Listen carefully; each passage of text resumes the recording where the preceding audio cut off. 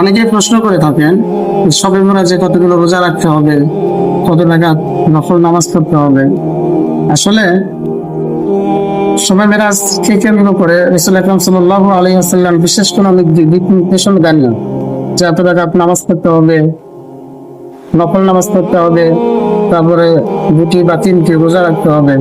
কোরআন হাদিস যদি বিশ্লেষণ করে দেখা যায় রাসূল আকরাম সাল্লাল্লাহু আলাইহি ওয়াসাল্লাম শবে মেরাজকে কেন্দ্র করে কোনো নফল রোজা রাখেন নাই বা কোনো সালাতও তিনি বিশেষ করে কোনোদিন আদায় করেন নাই, সাহাবায়ে আজমাইনও করেন নাই, তাবেঈনরাও এই শবে মেরাজকে কেন্দ্র করে কোনো ইবাদত উদযাপন করেন নাই। এর জন্য আমরাও সেসব কাজ থেকে বিরত থাকবো ইনশাল্লাহ।